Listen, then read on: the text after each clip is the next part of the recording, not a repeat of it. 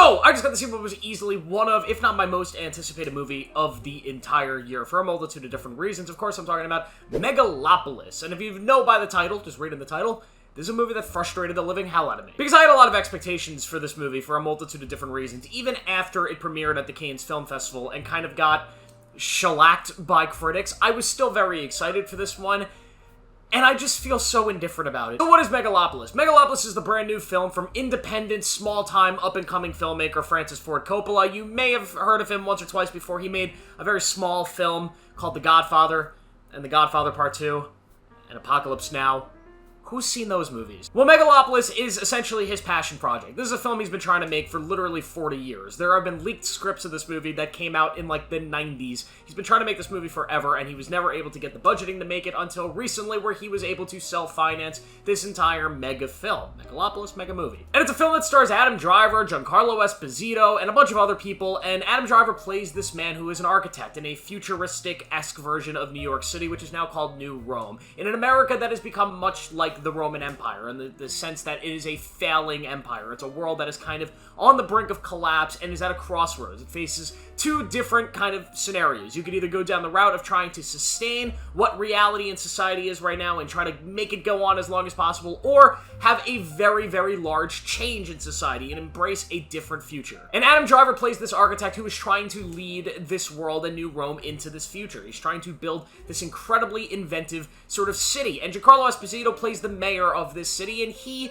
is kind of ideologically against Adam Driver. He wants to keep things the way they are, and there is a conflict of visions here that is at play in this movie, and that's what this film is. It's about a bunch of different characters in this very, very complicated world who have different visions on how to move forward as humanity, as a species, and because of that, that conflict creates a lot of problems. And of course, there are twists and turns and other characters like Shia LaBeouf who come into play, who play these very eccentric, sort of villainous characters that really kind of mess things up. But at the end of the day, this is a film that is a study on society, both of the past, of course, Roman society, and of our present, and sort of the future. And the themes and the things that Francis Ford Coppola tries and sometimes does say in this movie, I think are brilliant. There are a lot of very important themes in this film, and a lot of things that are said well. When you dig at the core of this script, this idea of humanity moving forward, and taking away ambition and trying to come together just to save the fabric of what we are as people so we don't collapse and kill each other off,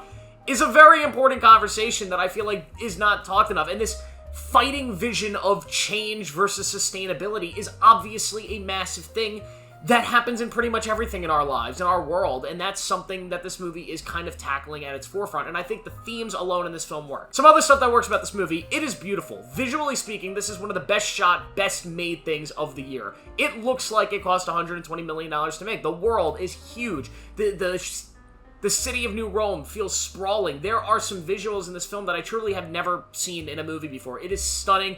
Visually speaking, one of the best movies of the year. The coloring I enjoyed. This is just technically one of the best movies of the year from a technical point of view. I also really like the characters and the performances here. I mean, a lot of people have been shitting on the performances because they are a little bit over the top, but that's sort of my thing. I like the over the topness when actors just kind of crazy shit, and sometimes it's cringy, but I like it. I like that type of stuff. I like Adam Driver's character in this movie, his ambition, this kind of undying need to be approved of his genius, but still, at the core, he's trying to help the world. I also really like Giancarlo Esposito and everything he's doing here. Shia LaBeouf, interesting performance. I really like the relationship between Adam Driver and Natalie Emmanuel's character. That whole arc is probably what works the best here. And Aubrey Plaza's here.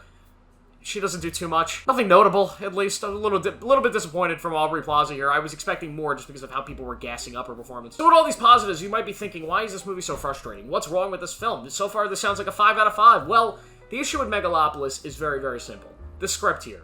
It's not great. For a multitude of different reasons. First things first, the pace. This movie slogs by. It's not the slowest, slow burnish type movie ever, but the movie just has no cohesion to it as it weaves between its scenes and its epic nature of this film. This thing could have been cut down a lot more, or at least it needed a better pacing of the scenes going scene from scene. The dialogue, also, just not the best dialogue I've heard. There are some scenes that are written beautifully. Some of the best, sort of, as they call it in novel writing, prose you'll hear of these characters narrating and talking. It's beautiful. And then other scenes scenes, it feels like it's stuck in the 1970s. There's just some really bad dialogue here. And the story, like, what's really frustrating about this movie is the story and the way that Francis Ford Coppola decided to present it. There is an incredible story here, an incredible story to be told. There's an incredible theme here. This could have been an absolute masterpiece from a writing perspective, but instead we get a very kind of messy, I don't even know. This felt like a first draft. For a film that took 40 years to make, you wouldn't think it would feel like a first draft, but it does. This felt like Francis Ford Coppola took all of his ideas and just threw them at a wall to see what would stick, but in his point of view, everything stuck, so they just did everything. It's just a mess of ideas, and because of it, you know, when you try to say too much in a movie, you end up saying nothing. You really have to take your core ideas and hammer them home, try to focus on these main ideals that form this story, which this movie has some really good core ideas. But when you try to focus and say too much, it just ends up feeling kind of empty. You feel like you've been overwhelmed by kind of a vision of this filmmaker that I just don't think totally works. This movie is hard to follow at times because things just sort of happen really fast and there's no, like, not that you need your hand held to be told this is what's happening here, but things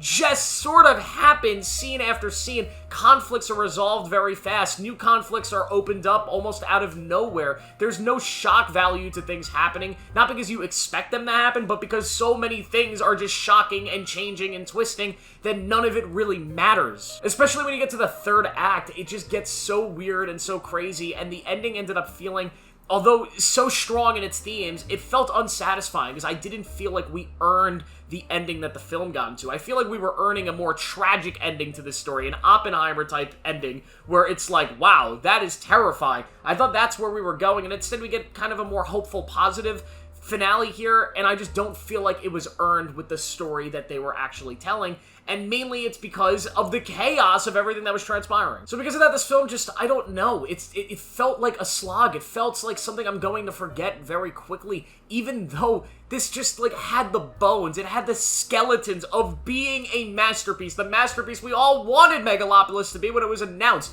You could see the film is there if they just had a little bit of a better script. One more rewrite, get a good writer in to rewrite that bad boy, make a cohesive plot, and then just have the production that they had, the actors that they had. This could have been a 5 out of 5, one of the best movies ever, because there is so much good shit here. There are a lot of great ideas. It is just not put together well at a story level, and it ruins the entire thing. Which is why I'm so frustrated. Is this film a dumpster fire, though? Like, I know a lot of the reviews, they were saying this is one of the worst movies ever. It's so bad, it's actually funny. No, this movie is not, like, I actually get mad seeing some of the reviews after watching the movie.